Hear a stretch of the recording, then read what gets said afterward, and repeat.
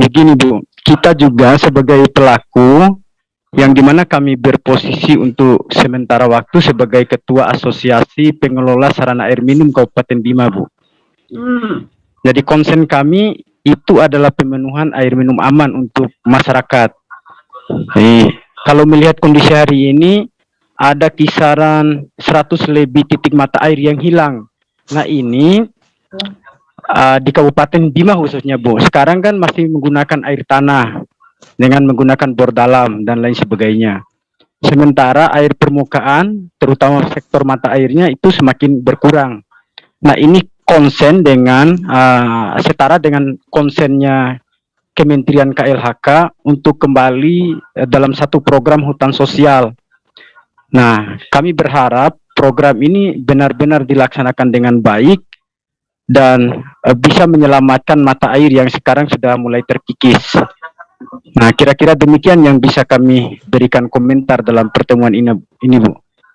Dan kami berharap juga kami bisa diajak dalam program semacam ini, supaya generasi muda itu bisa ikut serta dalam kegiatan untuk membangun negara Bu. Mungkin demikian. Saya mau bertanya, bolehkah ke Mas Akbar? Bisa Bu.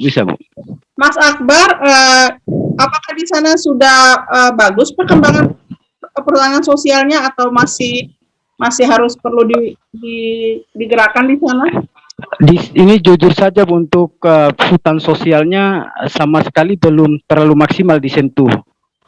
Nah memang sangat membutuhkan uluran tangan dari pemerintah pusat.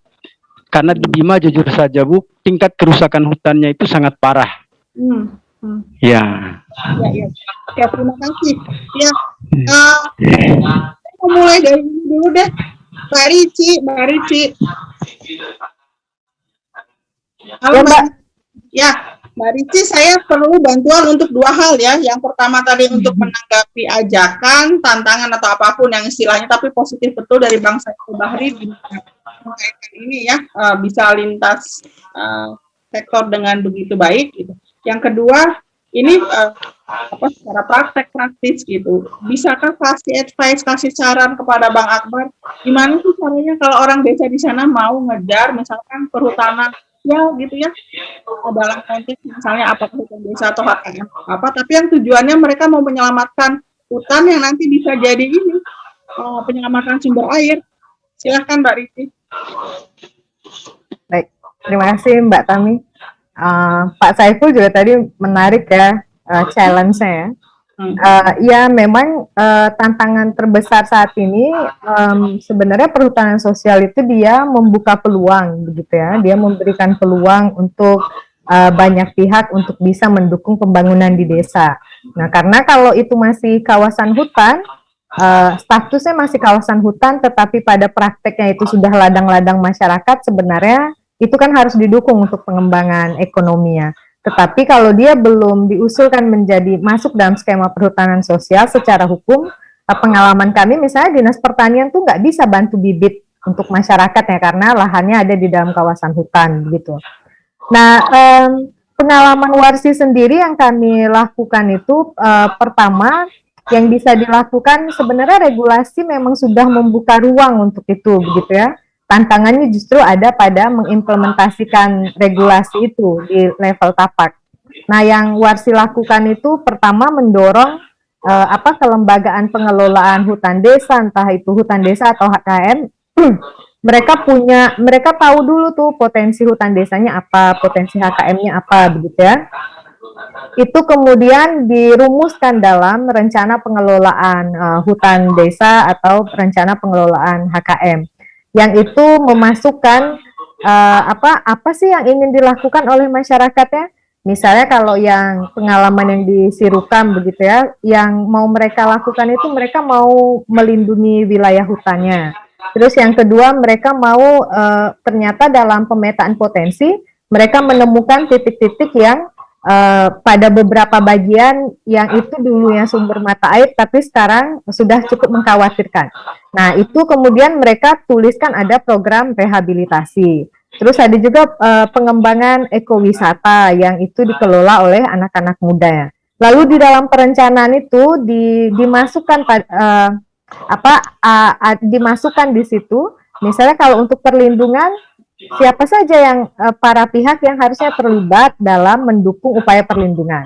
Nah, di situ kan mereka tulis misalnya ada kepolisian, ada polisi hutan, ada dinas kehutanan, ada KPH. Lalu untuk rehabilitasi lahan ada dinas pertanian yang masuk di situ begitu ya. Ada dinas pertanian, ada dinas kehutanan. Lalu yang untuk pengembangan ekowisata mereka masukkan ada dinas pariwisata,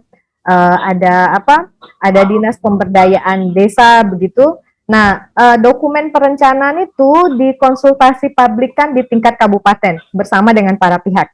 Karena tantangan terbesarnya regulasinya terbuka tapi implementasinya itu yang menjadi tantangan. Nah, dokumen perencanaan yang sudah disusun di desa itu dikonsultasi publikkan di tingkat kabupaten dengan melibatkan dinas-dinas terkait yang sudah diidentifikasi sejak awal. Jadi di konsultasi publik di tingkat kabupaten itu ada dinas pertanian, ada dinas pariwisata, ada dinas kehutanan, ada Bapeda, ada dinas PMD, ya, dinas pembangunan desa. Nah, masyarakat lokal, lembaga pengelola hutan nagaria kemudian mempresentasikan rencana pengelolaan mereka, rencana pengelolaan hutan mereka kepada para pihak. Nah, pengalaman kami di tingkat kabupaten, banyak pihak di kabupaten yang tidak mendapatkan informasi yang lengkap bahwa ketika diberikan izin perhutanan sosial itu membuka peluang untuk semua instansi bisa mendukung wilayah itu. Nah, itu yang penting. Nah, kenapa penting di situ ada dinas kehutanan pada proses konsultasi di tingkat kabupaten? Dinas kehutanan itulah yang berfungsi untuk menjelaskan bagaimana posisi perhutanan sosial itu. Nah, setelah itu misalnya untuk Sirukan mereka mendapatkan dukungan dari dinas pertanian, dari dinas begitu yang kami lakukan. Nah, pada tingkat yang lebih tinggi begitu ya, misalnya kementerian Warsi itu sudah ada MOU dengan Kementerian Desa untuk mendukung upaya pengembangan usaha pada desa-desa perhutanan sosial yang menjadi dampingannya Warsi. Nah, paling tidak memang belum terlalu masif, tapi paling tidak itu yang bisa kita lakukan. Karena memang tantangannya ternyata